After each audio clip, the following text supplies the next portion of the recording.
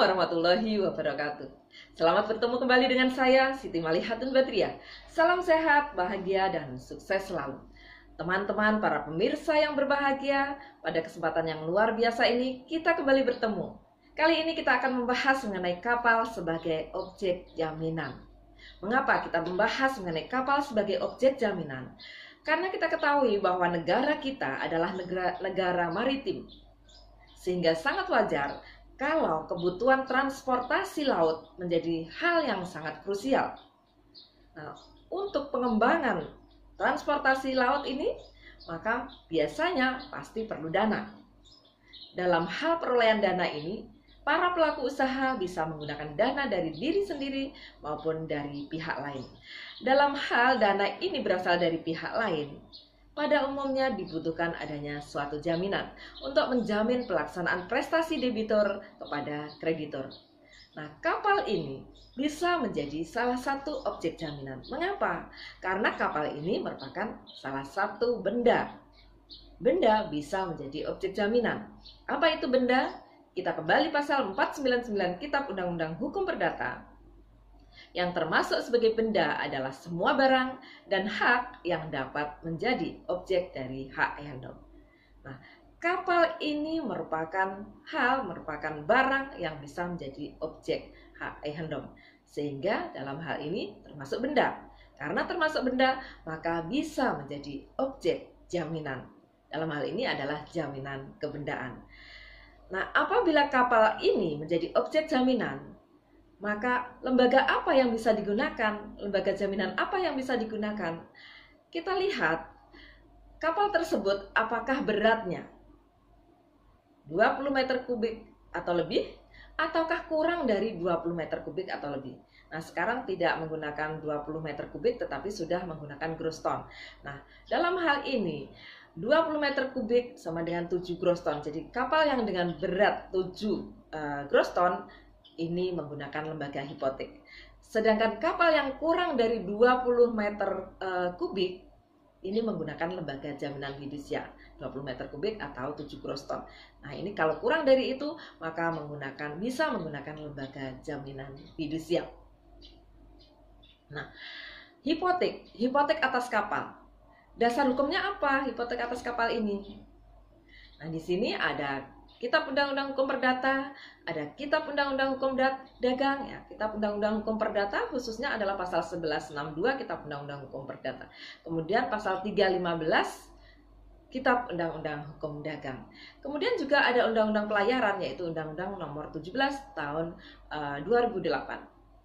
Juga ada Perpres Nomor 44 Tahun 2005 mengenai Konvensi Internasional tentang Piutang Maritim dan Mortgage tahun 1993. Nah, ini antara lain adalah dasar hukum mengenai kapal sebagai kalau digunakan sebagai objek jaminan maka menggunakan lembaga hipotek. Kemudian hipotek itu apa? Hipotek itu merupakan hak jaminan atas kapal atas benda tidak bergerak untuk menjamin pelunasan utang tertentu yang memberikan kedudukan diutamakan kepada kreditur tertentu terhadap kreditur lainnya.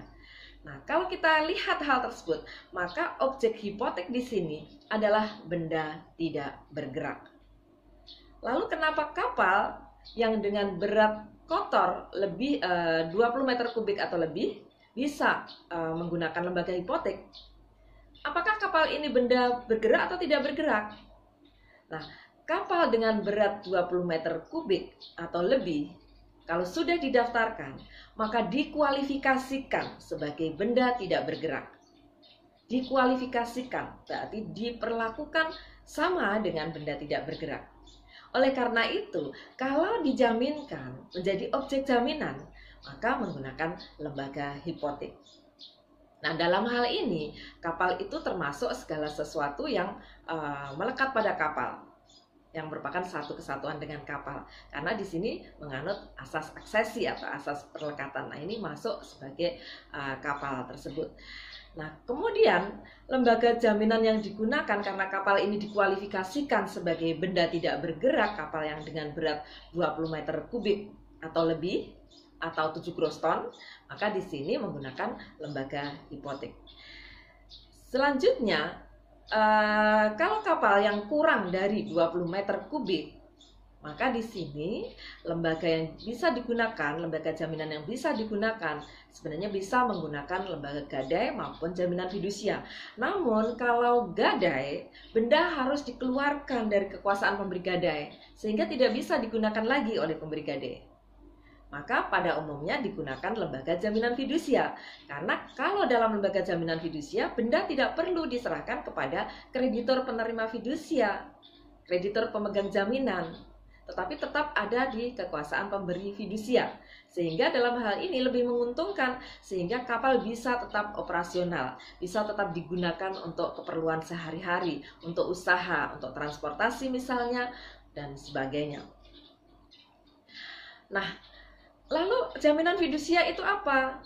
Jaminan fidusia adalah hak jaminan atas benda bergerak maupun tidak bergerak yang tidak dapat dibebani dengan hak tanggungan maupun hipotek, yang memberikan kedudukan diutamakan kepada kreditor tertentu terhadap kreditor-kreditor lain.